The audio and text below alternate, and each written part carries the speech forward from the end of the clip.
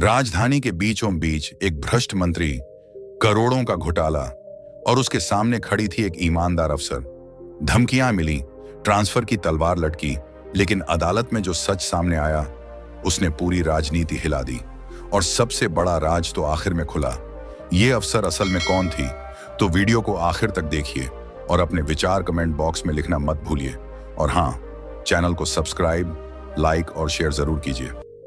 राजधानी का राजनीतिक गलियारा हमेशा शोर से भरा रहता था, लेकिन उस शोर के पीछे छिपा था भ्रष्टाचार का वो खेल जिसने गरीबों के हिस्से का खाना छीन लिया था। स्कूल की किताबें गायब, अस्पताल की दवाइयां केवल कागज पर खरीदी गईं, सड़कें पहली बारिश में बह जाती। हर कोई जानता था कि यह सब किसके कारण है। लोक निर्माण मंत्री रघुनाथ पांडे। वह सत्ता में लंबे समय से था। हर टेंडर उसकी जेब से होकर निकलता था। उसके आदमी नकली कंपनियां बनाते, फर्जी बिल पास करवाते और कमीशन मंत्री तक पहुंचता। अफसरों को डराकर या खरीदकर वह सबको चुप करा देता। लेकिन इस बार हालात अलग थे। विभाग में एक नया अफसर आया था। पदभार संभालते ही उसने वही फाइलें निकलवाईं जिन्हें वर्षों से बंद कर दिया गया था। कैबिनेट मीटिंग के बाद मंत्री ने अफसर को बुलाया। मंत्री हल्की मुस्कान के साथ, अरे साहब, आपको यहाँ नया नया भेजा गया है। पुरानी फाइलों में ज्यादा मत उलझिए, आगे बहुत काम है। मंत्री जी, इन फाइलों में करोड़ों रुपए का हिसाब गायब है। जब तक इसकी जांच पूरी नहीं होगी, नए प्रोजेक्ट पर साइन नहीं कर सकता। आप भी बहुत ईमानदारी दिखाते हैं। यहाँ सब ऐसे नहीं चलता। आप समझदार हैं, माहौल को समझिए। अधिकारी, माहौल से बड़ा संविधान है, वही मेरा आदेश है। मंत्री का चेहरा लाल हो गया।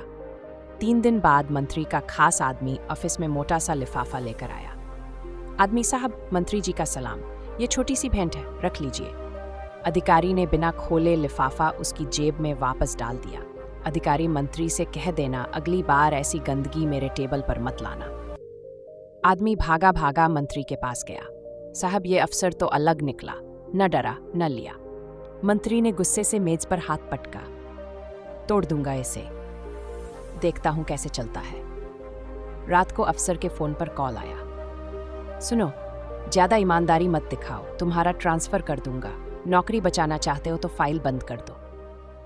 मंत्री जी, ट्रांसफर आपके हाथ में हो सकता है, लेकिन कानून अदालत के हाथ में है। जल्द मिलेंगे। फोन कट गया। मंत्री के माथे पर पसीना था। अधिकारी ने गुप्त टीम बनाई, बैंक डिटेल्स निकलवाईं, फर्जी कंपनियों के रजिस्ट्रेशन की फाइलें मंगवाईं, गवाहों से बयान लिए। एक ठेकेदार बोला, ठेकेदार, हर महीने पांडे जी को 5 लाख देने पड़ते थे, नहीं देते तो पेमेंट रुक जाती। एक क्लर्क ने कहा, क्लर्क, अस्पताल के लिए दवा कभी खरीदी ही नहीं गई, पर बिल पर पांडे जी के साइन हैं। धीरे धीरे सबूत पहाड़ की तरह जमा हो गए। मुख्यमंत्री के दफ्तर से फोन आया। सीएम ऑफिस का अफसर, ऊपर से आदेश है, ये केस यहीं रोक दीजिए। मंत्री पार्टी के बड़े नेता हैं। अधिकारी, माफ कीजिए, आदेश मैं सिर्फ संविधान का मानता हूं। फोन काट दिया गया। अधिकारी के घर पर पत्थर फेंके गए। दरवाजे पर धमकियां लिखी गई, केस बंद करो वरना अंजाम बुरा होगा।